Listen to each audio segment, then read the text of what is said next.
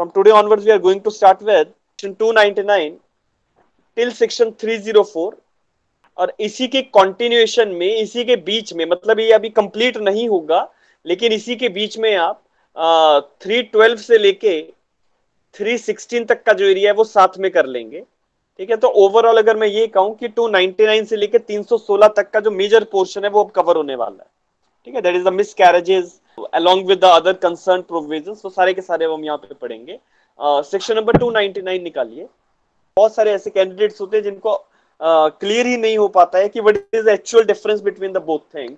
So now along with that we have to study that what is the actual difference between 299 and 300, how to go for that difference, किस तरह से court अपनी approach रखती है, latest judgements के साथ हम काम करेंगे। We will get to know कि कैसे इंटेंशन जो है उसको कैसे कोर्ट एनालाइज करता है, नॉलेज को कैसे एनालाइज किया जाएगा, तो वो सारा एरिया डिस्कस कर रहे हैं। ठीक है, section number 299, what is the heading of this section? That is the culpable homicide. Culpable homicide. Now when it is using the word culpable homicide, इसका कहने का मतलब ये है, culpable means something which is punishable and homicide means that is a killing of a man by a man। ठीक है, human being by a human being कह सकते हैं। ठीक है, killing of human being by a human being। ठीक है, animals etcetera, machinery etcetera यहाँ पे फॉल नहीं करेगी, माइंड इट। जब हम होमिसाइड का वर्ड यूज करते हैं, देखो तो दो तरह के होमिसाइड होंगे। One is the lawful homicide, and lawful homicide means कि वो चीज जो कानूनी तरीके से ठीक है। ठीक है, जिसमें आप एक व्यक्ति की अगर डेथ कॉज कर दें तब भी आपको कोई पनिशमेंट नहीं है, और ये चीजें चैप्टर नंबर 4 में फॉल करती है, लॉफुल होमिसाइड्स। ठीक है, और homicide which is not punishable, ऐसा भी लिख सकते हो, homicide but not culpable, homicide but not culpable. Culpable means जिसके लिए कोई पनिशमेंट नहीं है। तो ये दोनों चीजें चैप्टर 4 में है। लॉफुल होमिसाइड की अगर मैं बात करूं, you can go for judicial killings, section number 77 78 की जब हम बात करते हैं तो कोर्ट के ऑर्डर्स के अकॉर्डिंगली अगर कुछ हो रहा है तो that thing can not be challenge. ठीक है, सिमिलरली मिस्टेक ऑफ फैक्ट के अंदर आके अगर आपने कुछ किया है तो you are not going to be liable, 76 और 79 रिमेंबर। इसी तरह से a person less than the age of 7 years, section number 82 83 84 85, ये सारे होमिसाइड्स तो हो सकते हैं लेकिन वहां पे पनिशमेंट नहीं है, because it is a matter falling under general exception. कोई इन्फेंसी के अंडर अपनी 7 साल से उम्र से कम उम्र का बच्चा अगर किसी की डेथ कॉज कर दे, he is not going to be punished. 7 साल से 12 साल का अगर बच्चा है, लेवल ऑफ अंडरस्टैंडिंग नहीं है, मैच्योरिटी का लेवल नहीं है, तो is not going to be punished, because 83 का प्रोटेक्शन रहेगा। 84 में क्या था, अनसाउंडनेस के अंदर आके if a person is incapable of understanding the nature of things or whatever he is doing is wrong or contrary to law, he is not going to be punished. Whatever the thing he has done, it is not considered to be as an offense। Similarly 85 intoxication, इसी के साथ साथ section number 88 89 92 भी आपको याद आना चाहिए, where the consent is there or there is no time of taking the consent, whatever is done in good faith for the benefit of that particular person, it is not going to be considered as an offense। तो ये सारी चीजें हमने already, general exceptions आपको हमेशा mind में रहना चाहिए। जब मैं सेक्शन लिखता हूं तो आपके माइंड में कॉन्सेप्ट रहना चाहिए कि कौन सी चीज की हम बात कर रहे हैं। सिमिलरली लॉफुल होमिसाइड्स में एक तो मैंने जुडिशियल किलिंग्स की बात लिखी कि मान लीजिए किसी को कोर्ट ने डेथ सेंटेंस सुनाया और वो उसके अकॉर्डिंगली हैंग्समैन ने उसको जो है फंदे पे लटका दिया, so that is something which is a lawful homicide. ठीक है, किसी की डेथ तो हो रही है लेकिन वो लॉफुल तरीके से। Similarly section number 46 clause number 3 of CrPC, a person is going to be arrested he is accused of an offense which is punishable with death or life imprisonment. याद है आपको सेक्शन नंबर 46 सब सेक्शन 3 मैंने आपको बताया था कि जहां पे किसी व्यक्ति को अरेस्ट करते समय पुलिस ऑफिसर कितना फोर्स एक्सरसाइज कर सकते हैं। तो जिस व्यक्ति को अरेस्ट करने के लिए गए हैं, अगर वो व्यक्ति किसी ऐसे अपराध के लिए उसको ढूंढा जा रहा है जो कि डेथ या लाइफ इंप्रिजनमेंट के साथ चल रहा हो, सो अल्टीमेटली उसको अरेस्ट करते समय अगर पुलिस वाले से उसकी डेथ कॉज हो जाती है, so that person, that police officer is not going to be punished. Similarly, homicide which is not culpable, मैं लिख देता हूं, if a homicide is under section number 100 IPC, that is while exercising your private defense, आपने एक व्यक्ति की हत्या कर दी लेकिन आपको पनिशमेंट नहीं मानी दी जाएगी, बिकॉज सेक्शन 96 कहता है कि anything which is done while exercising your private defense will not be considered to be as an offense. Nothing is an offense if it is done in exercise of private defense. Yes, आत्मरक्षा करने के लिए अगर आप कुछ भी करें तो that is not going to be punishable. और सेक्शन 100 कहता है कि आप किसी व्यक्ति की डेथ कॉज करने तक जा सकते थे। मैंने दोनों चीजों को सेग्रीगेट किया है। लॉफुल होमिसाइड एक अलग चीज होगी, होमिसाइड बट नॉट कल्पेबल एक अलग चीज है। I hope you are getting the difference. Lawful homicide means आप कानूनी प्रक्रिया से कुछ कर रहे हैं। Yes, so 77 78 judicial orders and hangman is going to give a death penalty to someone, it is totally justified. 46(3) is there in CRPC which provides that a person can even cause the death of such person who is going to be arrested. तो ये सारी की सारी चीजें दोनों अलग अलग तरीके से मैंने लिखी। सो ये तो लॉफुल होमिसाइड और वो होमिसाइड जिनमें कल्पेबिलिटी नहीं होगी, जिनमें पनिशेबिलिटी नहीं होगी, वो मैंने आपको बताया। इसी के साथ साथ जो दूसरे होमिसाइड्स की हम बात करेंगे, that are the unlawful homicide. unlawful homicides. So unlawful homicide means something which is punishable. It is commonly understood. So if a matter is falling under 300, that is the murder, or if the matter is falling under 304, that is culpable homicide not amounting to murder. Yes, 302 or 304 definitions है इनकी section 300 में और section 299 में। वो यहाँ पे लिखने की जरूरत नहीं है, वो भी हम जैसे डिफरेंस समझेंगे ना तो वहां पे मैं आपको बताऊंगा कि दोनों को कैसे कैसे समझा जाएगा। सिमिलरली सेक्शन 304 कैपिटल है, दैट इज द रैश और नेग्लिजेंट एक्ट करते हुए किसी की अगर डेथ हो जाती है, it is again an unlawful homicide, you are going to be punished. Again it is 305 306 abetment to suicide etc. It is again a kind of suicide but abetment is there. Similarly section 304b is there, that is the dowry death. ठीक है, again abnormal deaths की बात करते हैं 304b में। तो ये कुछ एक वो सेक्शंस हैं जहां पे अगर किसी व्यक्ति की डेथ हुई है तो एक व्यक्ति को लायबल हम करेंगे, पनिशमेंट उसको देंगे, and ultimately it is considered to be an unlawful homicide. 305 और 306 मैंने अलग से इसलिए मार्क किए क्योंकि यहां पे आप डायरेक्टली शायद कुछ ना करें आपने, लेकिन किया जो है वो है अबेटमेंट, और आपके अबेटमेंट के कारण से एक व्यक्ति ने शायद सुसाइड किया हो तो ये अनलॉफुल जरूर माना जाएगा, लेकिन होमिसाइड की टर्म में हम इसको यूज नहीं करते। Homicide is something else and suicide is something else. Homicide में a person is killing someone and in suicide a person is killing himself. ये डिफरेंस है, it is a common understood difference. तो 305 और 306 यहां पे directly अगर हम ना भी लिखें, पर ये जो बाकी section these are considered to be unlawful homicides. ठीक है, यहां पे तो सुसाइड हो रहा है तो ये थोड़ा सा हमें हटके इसको समझना था, वो मैंने ऑलरेडी आपको 107 वाला जब एरिया कर रहे थे तो 305 306 करवा दी। So unlawful homicides punishable by law, lawful homicides और homicide which are not punishable और कल्पेबल, इनको अलग अलग तरीके से लेके चलेंगे। लाइक सेक्शन 299 एक बार निकालिए जरा अपने barracks. Now what the approach we will adopt over here, section 299 को साथ साथ इंटरप्रेट करेंगे और सेक्शन 300 साथ में लेके चलेंगे। Only then you will understand the comparison between the both. Got it? Section 299 निकालिए। I have already done the markings over here. Last जब हम आई बिलीव एक्ट और इलीगल ओमिशन पढ़ रहे थे सेक्शन नंबर 32 33 एटसेट्रा में, तब हमने ये डिस्कस थोड़ा सा किया भी था कि whoever causes the death by doing an act includes illegal omissions. ठीक है, you better know this. Whoever causes the death, so the death is the actus reus. Whoever causes the death, causes means the consequence is the death, and that is why we are saying it is actus reus. The consequence is prohibited by law. By doing an act, act includes section 32 और 33 साथ में आ जाएगा. That is, act includes series of acts and illegal omissions and series of omissions.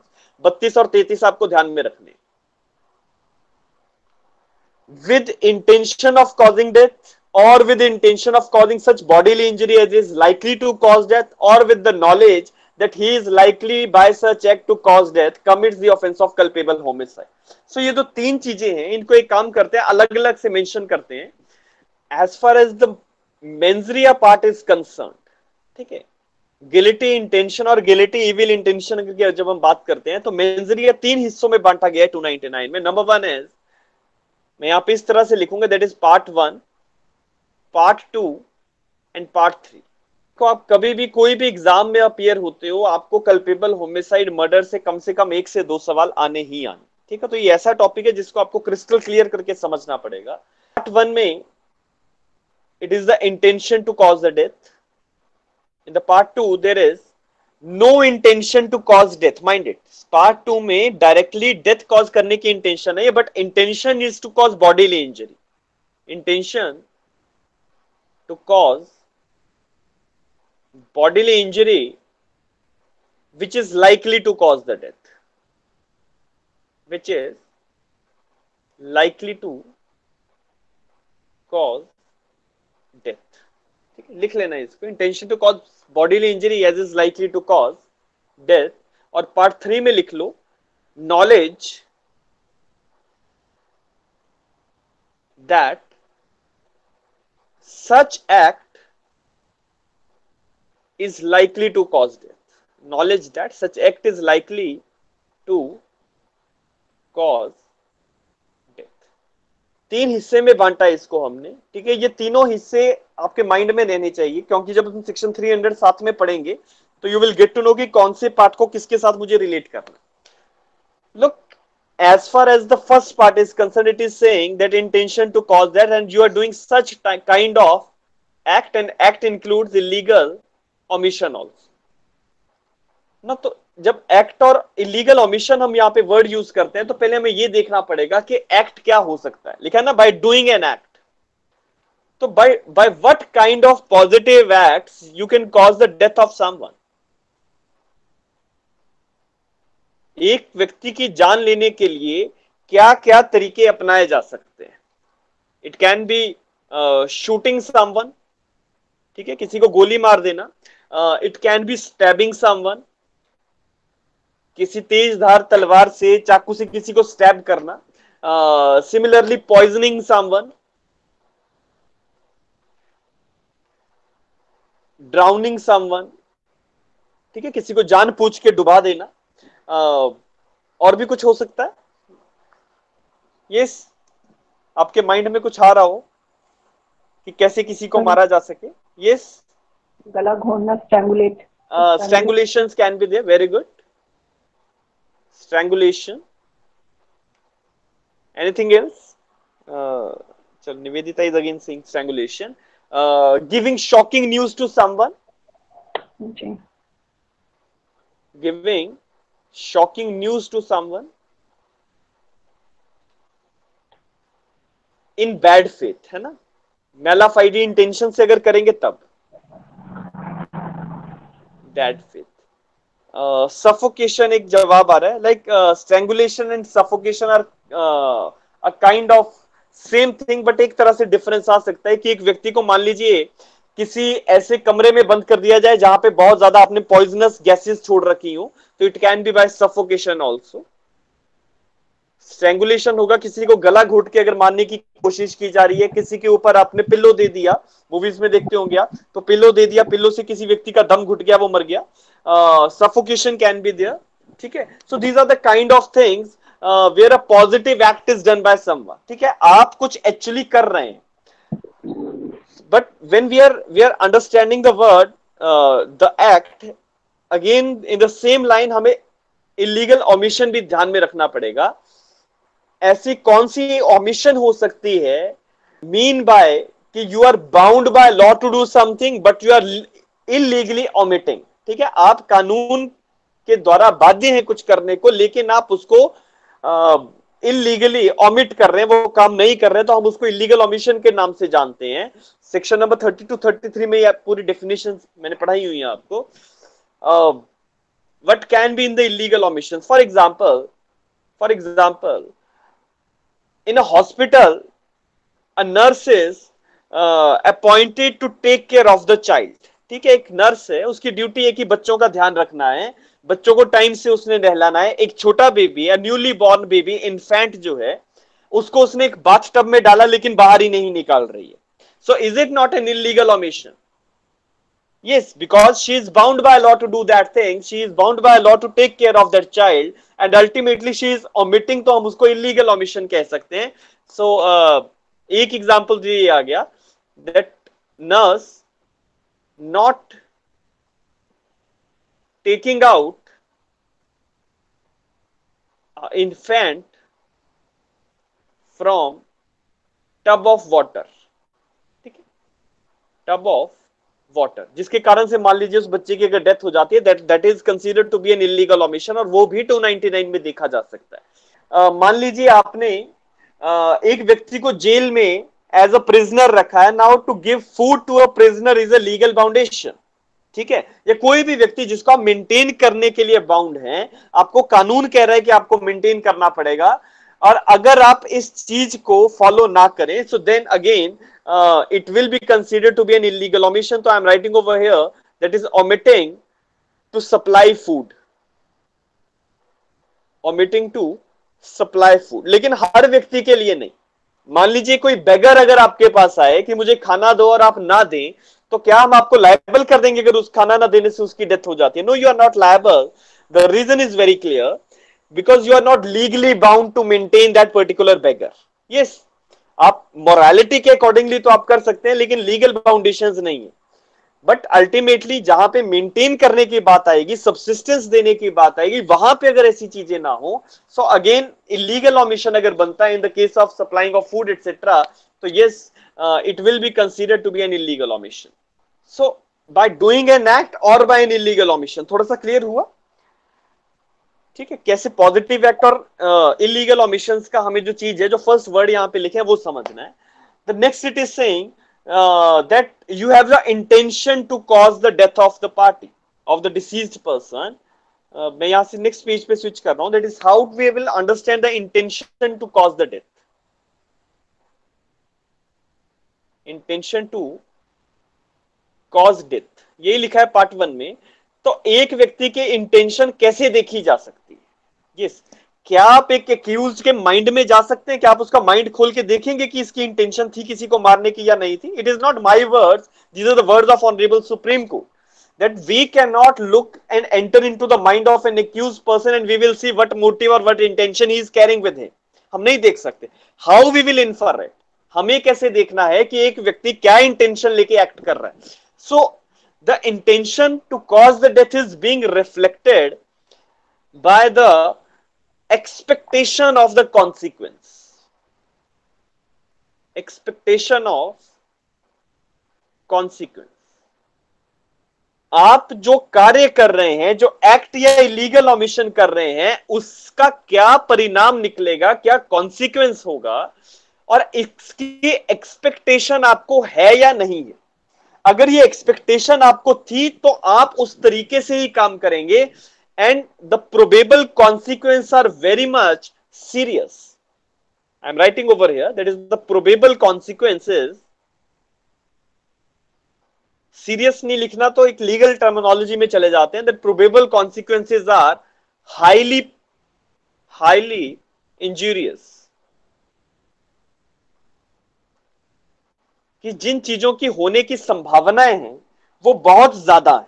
ठीक है, आपके act से क्या हो सकता है, that is ultimately a probable consequence we can say, and you have expected to do that thing. आप वो कार्य करना चाहते थे, आप वो एक्सपेक्टेशन लेके चल रहे हैं।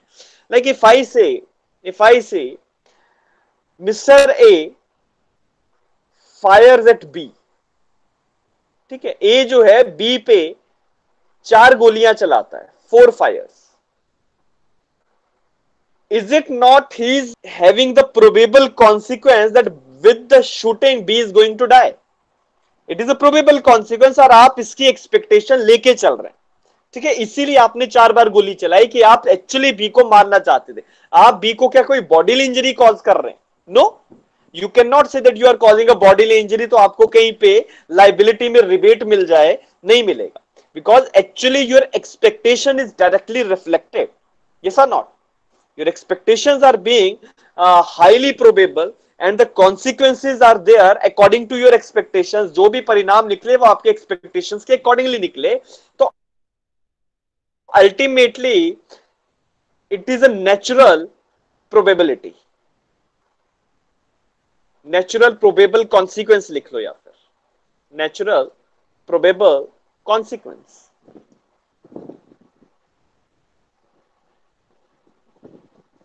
सिमिलरली देखो, गोली चला के किसी को मारना ये सबको समझ में आता है कि yes there is the intention to cause the death. कुछ और चीजों में चलते हैं, like you know there is person A, he is a very weak kind of a person, ठीक है।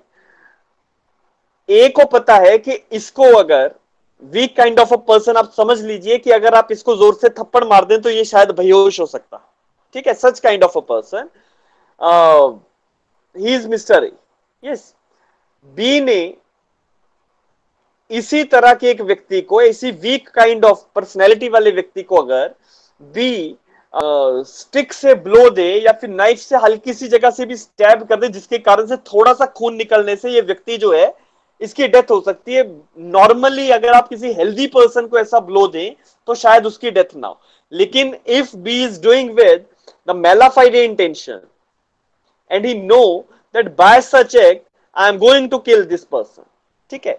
सो यहां पे ऐसी सिचुएशंस में आप एक प्रोबेबल कॉन्सिक्वेंस देखते हैं कि क्या हो सकता है, क्या नहीं हो सकता। Coming to the judgement again, ठीक है। मैं कुछ एक रिसेंट केसेस के साथ साथ चलता जाऊंगा ताकि आपको इंटेंशन का पार्ट जो है वो क्लियर हो जाए, और इसी के साथ कंटिन्यूएशन में फिर आगे लिखते भी जाएंगे। You can write down the case, it is स्टैनलेन versus State, represented by Inspector of Police, Stanlin versus State. It is a recent judgment, हमारे अभी 2020 का judgment है, ठीक है। It is Stanlin versus Nitika ji is saying that like if someone is suffering from blood pressure or sugar and no medicine is given to that person. Nitika ji, whatever your question is, it is to be seen in reference to the explanations given in section 299. इस पे आऊंगा अभी मैं, ठीक है, इस पे आऊंगा। If you are legally bound to do that thing and ultimately you are not doing, yes, you are liable. It is your illegal omission. But if you are not bound by that, so we cannot say that a person will be liable. Case name is, it is Stanlin versus State, represented by Inspector of Police, 3 judges bench, Honorable Supreme Court का judgment है, and the date of judgment is, it is of 9th of September 2020. इसी महीने का judgment है, recent judgment। 3 judges bench and the judgment is delivered by M.R. Shah justice. So what in this judgment, देखो ये judgment था basically कि क्या एक सिंगल ब्लो से या एक इंजरी से अगर व्यक्ति की डेथ हो जाए तो क्या हम उसको मर्डर के लिए लायबल करेंगे या culpable homicide not amounting to murder के लिए। यस, इसी के साथ साथ इंटेंशन को कैसे देखा जाता है, मैंने कुछ एक पॉइंट्स हाईलाइट करके ऑलरेडी रखे हुए हैं, ठीक है। तो आप लोग इसको देखेंगे मेरे साथ साथ और पढ़ेंगे कि हम एक व्यक्ति की इंटेंशन कैसे देखी जाएगी, कैसे हम कहेंगे कि इंटेंशनली डेथ कॉज हुई है। So that thing is to be seen, just wait, I am coming to the main part. बहुत सारे सीरीज ऑफ केसेस में डिस्कशन कोर्ट ने किया है, 21 पेजेस का जजमेंट है, but very wonderful judgement I will say. So there are certain, there is a case is also mentioned by the court, that is Pulicherla Nagaraju versus State of Andhra Pradesh 2006 Supreme court, ठीक है। इस particular case में आप इसका नाम लिख लीजिए क्योंकि ये इंटेंशन के पॉइंट ऑफ व्यू से अगर आपको लिखना पड़े तो आप इस केस को जरूर रेफर कर सकते हैं। नाम थोड़ा सा मुश्किल है लेकिन याद हो जाएगा। It is Pulicherla Nagaraju versus state of Andhra Pradesh 2006 Supreme court.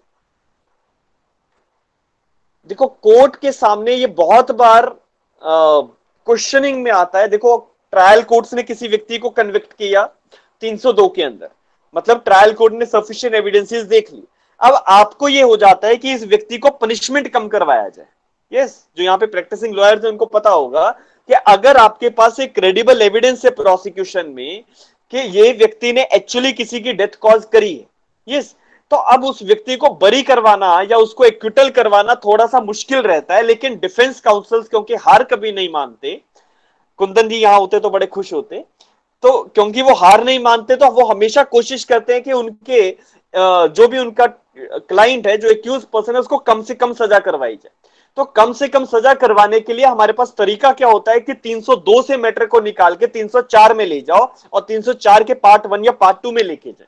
And for that particular thing, intention के पॉइंट ऑफ व्यू से in this particular judgment what the court has given that intention to cause the death can be gathered।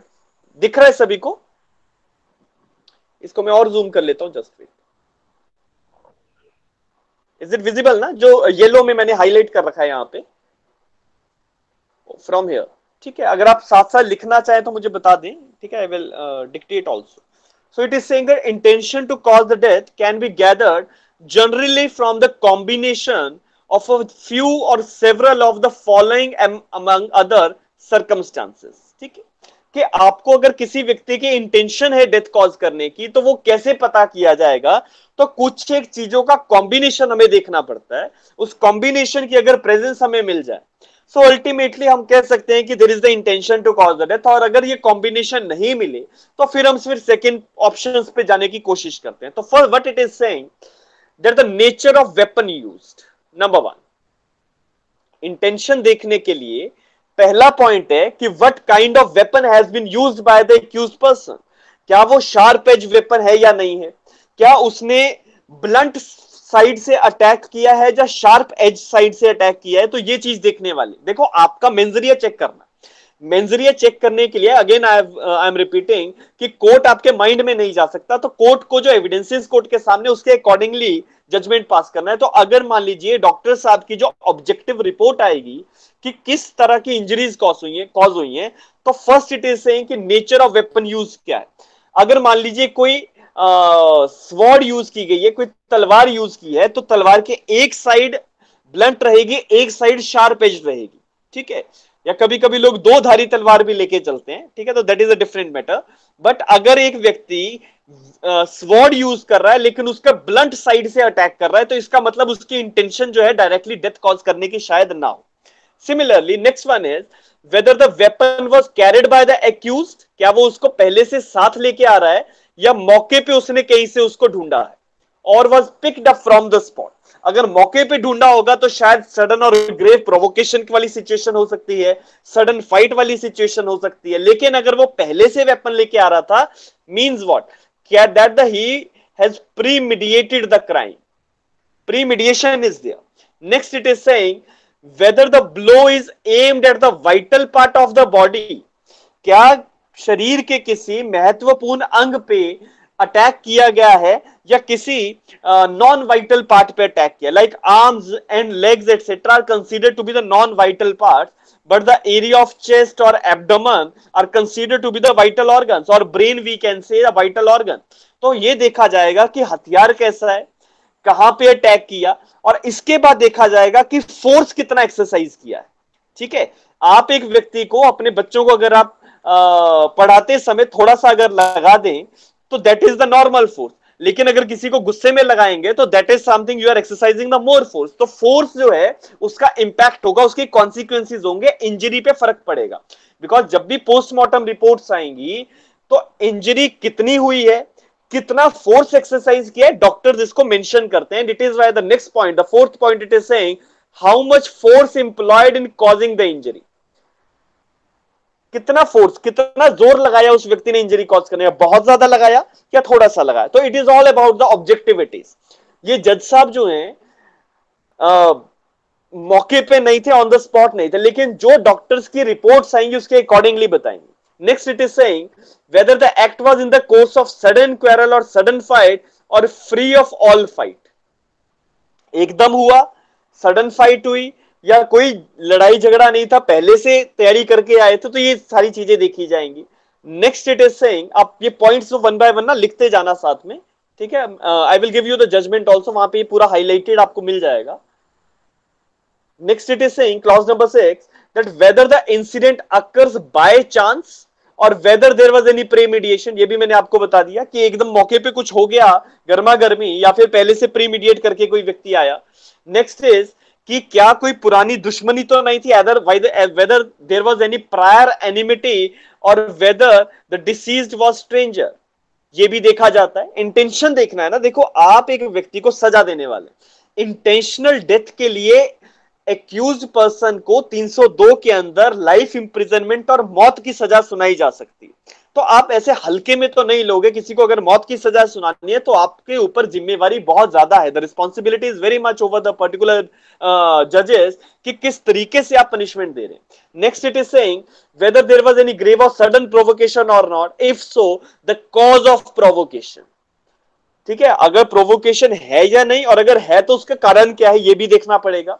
कारण किस nature का है, क्या वो एक normal temper वाले व्यक्ति को प्रोवोक कर सकता है या नहीं कर सकता है. This is also matter is to be seen. Next it is saying whether it was in the heat of passion or not. heat of passion समझते हैं सभी लोग. Yes. Next it is saying clause number 9 whether the person inflicted injury has taken any undue advantage or acted in the unusual manner or not. cruel man. मान लो कि दो गुटों में लड़ाई हो गई, एक जो है वो बेयर हैंडेड है, खाली हाथ है, दूसरे वाले व्यक्ति के पास तलवार है, तो एक अनयूजुअल एडवांटेज है या अनड्यू एडवांटेज हम कह सकते हैं. तो यस, वहां पे कहीं ना कहीं देखा जाएगा. And the last it is saying whether the accused dealt a single blow or several blows. बहुत सारी बार मारा है या सिंगल ब्लो मारा. तो ये सारे फैक्टर्स जो है, 9 फैक्टर्स की हमने बात करी. और साथ में कोर्ट ने इस जजमेंट में 2006 में ये भी कहा कि ये लिस्ट एग्जॉस्टिव नहीं है. आप सिर्फ इतने पैरामीटर्स पे किसी व्यक्ति को इंटेंशनल डेथ है या नहीं है इसके लिए लायबल नहीं कर सकते. आप इन पैरामीटर्स को और ब्रॉड कर सकते हैं. लिखा गया था above list and the circumstances of course are not exhaustive and there may be several other special circumstances with reference to the individual cases which may throw light on the question of intention, be that as it may. Got it? So intention check करने के कितने parameters हैं आप लोगों को अभी मैंने बताया. Got it? So how you will get to know that एक व्यक्ति इंटेंशनल डेथ कर रहा है या नहीं कर रहा है. तो ये सारे फैक्टर्स, 9 फैक्टर्स सुप्रीम कोर्ट ने 2006 में बताए. और साथ में ये जरूर लिख दिया कि हर केस में फैक्ट्स अलग होते हैं, सर्कमस्टांसेस अलग होती हैं. एंड इसका मतलब आपको ये 9 फैक्टर्स तो ध्यान में रखने, और अगर कोई स्पेशल फैक्टर इन्वॉल्व है तो उसको भी देखना. Yes, I hope how to gather the intention to cause the death ये आपको थोड़ा सा समझ में आया होगा. यस, कि एक व्यक्ति कोई बॉडीली पार्ट पे इंजरी कॉज करने वाले इंटेंशन से आया था, या एक व्यक्ति एक्चुअली डेथ कॉज करने आया. तो ये दोनों में फर्क है. पार्ट 1 पार्ट 2 दोनों में फर्क जब ड्रॉ करना है तो इंटेंशनल डेथ अगर करिए तो ये सारे फैक्टर्स का कॉम्बिनेशन जो है वो देखना पड़ेगा. अलॉन्ग विद दैट जो मैंने प्रोविजंस, जो भी क्लॉजेस हमने उस जजमेंट के 2006 वाली जजमेंट के देखे, वो साथ में इनकॉर्पोरेट करेंगे कि how you will gather the intention, what kind of weapon, what kind of force you have exercised, whether it was premeditated or not, whether there was sudden quarrel or not, sudden grave provocation was there, then what was the cause of provocation, what kind of weapon has been used. तो ये सारी चीजें साथ में club करके अगर हमें पता लग सकता है कि जिस व्यक्ति ने अगर अपराध किया है, पिन पॉइंटेड एक्ट है कि अगर किसी ने गोली मारी है तो we know that he is very much ensured that कि उसको ये सर्टेन कॉन्सिक्वेंस चाहिए. His desire is to cause the death of someone and then only we can say that the person has intended to cause such death. Similarly, देखो अभी कुछ एक weapon से attack हो जाए, आयरन रॉड से सिर पे अटैक हो जाए तो उसका क्या होगा. तो ये बहुत सारे विषय हैं, अलग अलग सर्कमस्टांसेस हैं, लेकिन एक एक करके चलेंगे. ठीक है. इसी के साथ साथ 299 पार्ट 1 अगर हमने पढ़ा कि एक व्यक्ति अगर कुछ भी ऐसा कार्य करे, इंटेंशनल डेथ करे या कोई illegal omission, again I am repeating कि आप कानूनी तरीके से बाध्य हैं कुछ करने को, you are legally bound to do something and then you are omitting, तो हम कहेंगे इलीगल ओमिशन. अगर आप कानूनी तरीके से बाध्य नहीं है तो फिर वो इलीगल ओमिशन नहीं बनता है. ठीक है. सेक्शन नंबर 32 और 33 हमेशा याद रखना. इसी के साथ साथ सेक्शन 300 में आते हैं जरा. ठीक है. 299 के 2 पार्ट्स अभी जो हैं उन पे बाद में आएंगे, बट सेक्शन 300 में पार्ट 1 पे डिस्कशन करना शुरू करेंगे. So section 300 part 1, that except in the cases herein after accepted, culpable homicide is murder if the act done by which the death is caused is with the intention of causing death. If the act is done with the intention of causing death. So what is the difference between 299 part 1 and 300 part 1? देखो लिखा है ना, except in the cases herein after accepted, culpable homicide is murder if the act by which the death is caused is done with the intention of causing death. ये लिखा. Look what we have to see.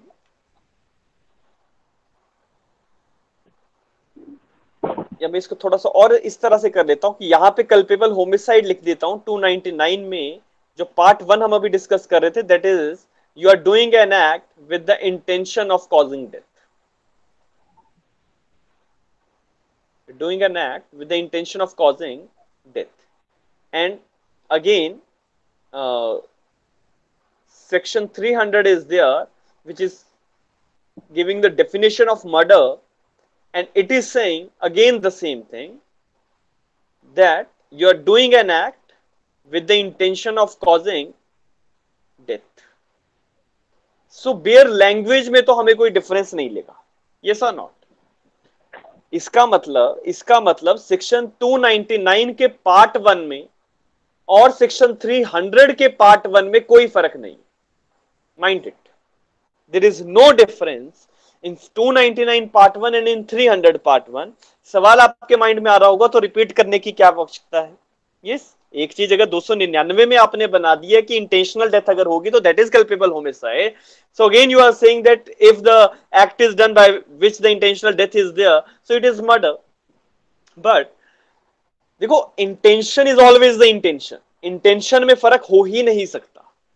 यहां पे भी intention use कर रहे हैं, यहां पे भी intention यूज कर रहे हैं. तो as far as the intention is concerned, there is no difference in respect of the degree of intention.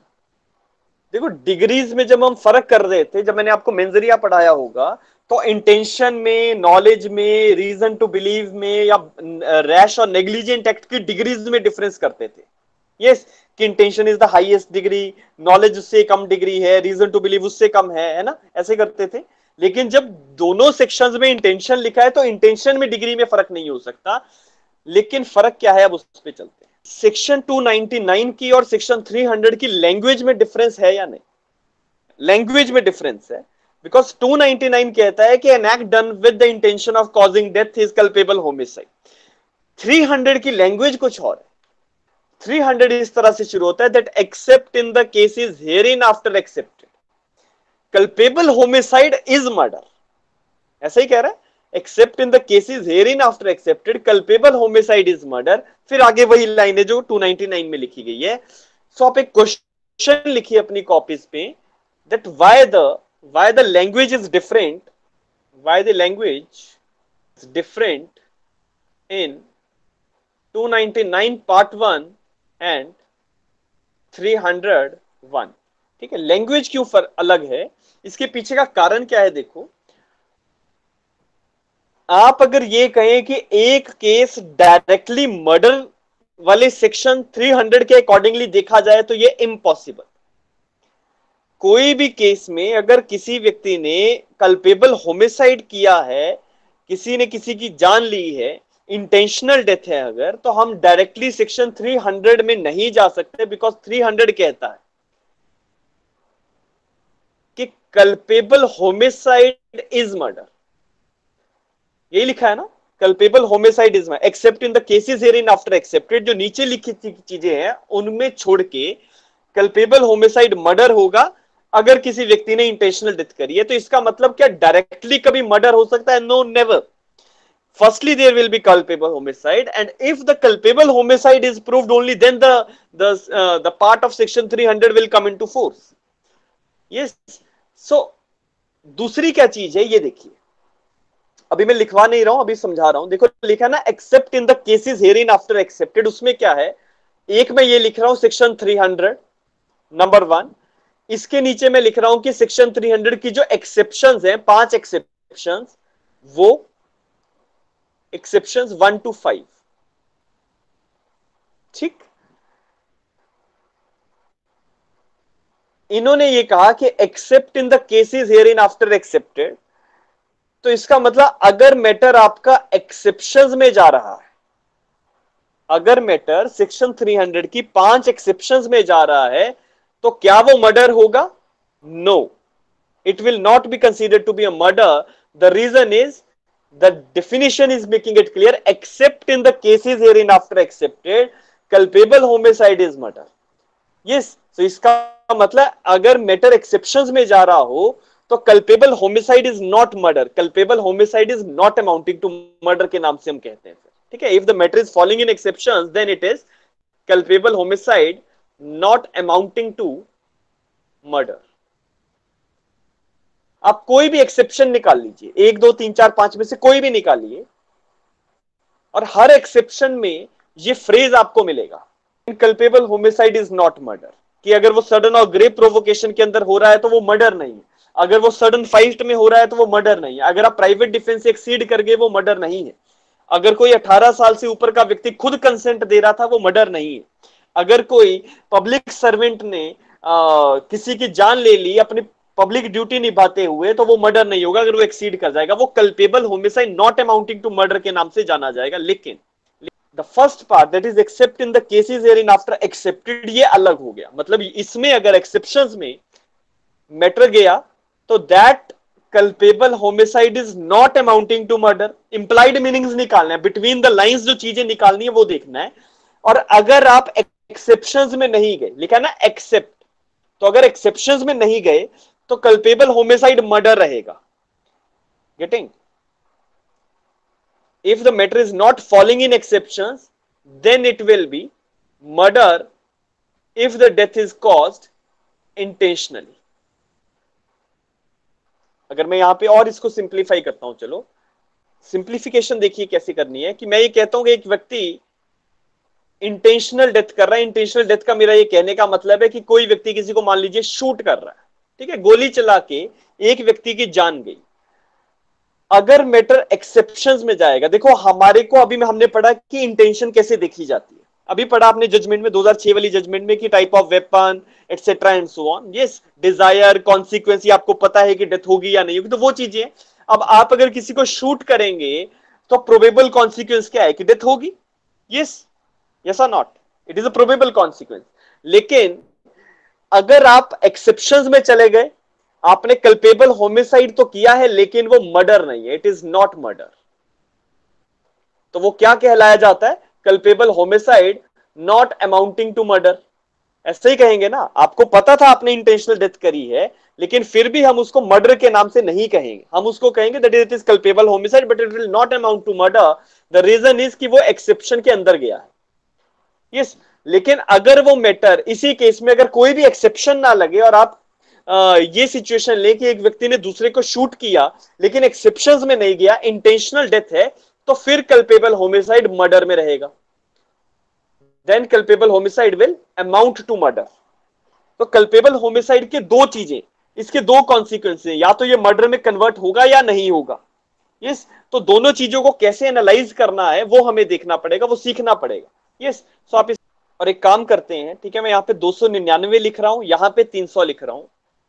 दोनों में हमने अभी बात करी है सिर्फ इंटेंशन की, यहां पे भी इंटेंशन था, यहां पे भी इंटेंशन है, दोनों के वर्ड्स की स्टार्टिंग में डिफरेंस है। सेक्शन 299 सीधा शुरू हो गया, 300 ने एक प्रीफिक्स लगाया कि except in the cases hereinafter excepted culpable homicide is murder. इसका मतलब बिना कल्पेबल होमिसाइड के मर्डर हो ही नहीं सकता, तो 299 में हमेशा सेटिस्फेक्शन पहले करनी पड़ेंगी। And similarly on the second part, section 300 की जो एक्सेप्शंस है वो यहां पे आई 1 से लेके 5 तक। और इसी के साथ साथ जस्ट एक मैटर, मान लीजिए किसी की भी डेथ कॉज हुई, ठीक है, any person whose death has been cause, intentional death है, सर्कमस्टांसेस बताते हैं। इसके नीचे आप लिख लीजिए सेक्शन नंबर 304, 299 के नीचे सेक्शन 304, और सेक्शन 300 के नीचे लिख लीजिए सेक्शन नंबर 302। तो दो देख लीजिए, 2 लाइनें उसमें पढ़ लो, फिर 304 में चलते हैं। What 302 is saying, that is a punishment for murder। और मर्डर कब बनेगा? कल्पेबल होमिसाइड ही मर्डर बनता है, इतना तो समझ गया I believe. Yes, culpable homicide is murder लिखा ना 300 की स्टार्टिंग में, तो इसका मतलब बिना कल्पेबल होमिसाइड के मर्डर होगा नहीं। एंड कल्पेबल होमिसाइड जब मर्डर बनेगा तो वो एक्सेप्शंस में नहीं जाना चाहिए, क्योंकि अगर वो एक्सेप्शन में चला जाएगा तो वो रिवर्ट कर जाएगा 299 में वापस। ये समझ में आया? अगर कल्पेबल होमिसाइड मर्डर बना लेकिन वो एक्सेप्शंस में फॉल कर गया 1 से 5 में, तो वो वापस 299 की तरफ चलता जाएगा। वो कैसे जाएगा उसमें देखते हैं। 304 में आओ जरा। 304 में जिसका पैरा नंबर जो पार्ट 1 है वो देखिए जरा। एक यहां पे भी एक चीज लिखी है, that whoever commits culpable homicide not amounting to murder shall be punished with imprisonment for life or imprisonment for a term which may extend up to 10 years and shall also be liable for fine if the act is done by which the death is caused is done with intention of causing death, with intention of causing death. yes, so इसका मतलब क्या है? देखो section 302 भी intentional death के लिए punishment देता है। कितना पनिशमेंट है 302 में?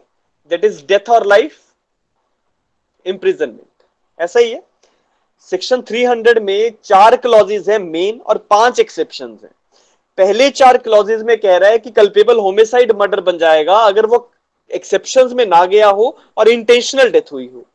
सेक्शन 304 जो है ये भी अपने पार्ट 1 में इंटेंशनल डेथ की बात करता है।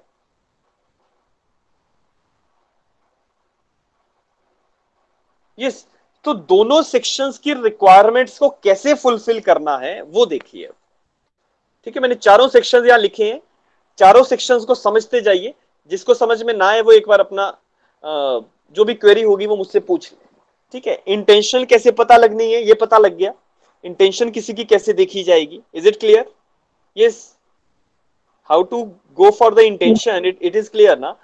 Now we are looking for कि इंटेंशनल डेथ है अगर, तो उसको हम 302 में लेके जाएंगे या 304 में लेके जाएंगे, हम ये समझ रहे हैं। एक व्यक्ति ने इंटेंशनल डेथ कॉज करी, 299 का पार्ट 1 फुलफिल हो गया। यस, हाँ या ना में जवाब देते जाएं। मैं अगेन रिपीट कर रहा हूं, किसी व्यक्ति ने इंटेंशनल डेथ किसी की कॉज करी है, क्या 299 का पार्ट 1 कंप्लीट हो गया? Yes sir. ठीक है, पार्ट 1 अगर कंप्लीट हो गया तो अब हमें ये देखना है कि ये जो कल्पेबल होमिसाइड हुआ है क्या ये मर्डर बनता है या नहीं बनता है। ठीक है, तो इसको देखने के लिए हमें जाना पड़ेगा सेक्शन 300 की डेफिनेशन में। सेक्शन 300 की ओपनिंग लाइंस कहती हैं कि अगर मैटर एक्सेप्शन में ना जाए तो वो मर्डर होगा, और अगर वो एक्सेप्शन में चला गया तो वो मर्डर नहीं होगा, फिर वो simple culpable homicide not amounting to murder के नाम से जाना जाए। मैं अगर ये कहूं कि एक व्यक्ति ने इंटेंशनल डेथ कॉज करी, कल्पेबल होमिसाइड के पार्ट 1 में फुलफिल हो गया मैटर, अब आपको ये देखना है सेक्शन 300 की रिक्वायरमेंट्स पूरी हो रही हैं या नहीं हो रही।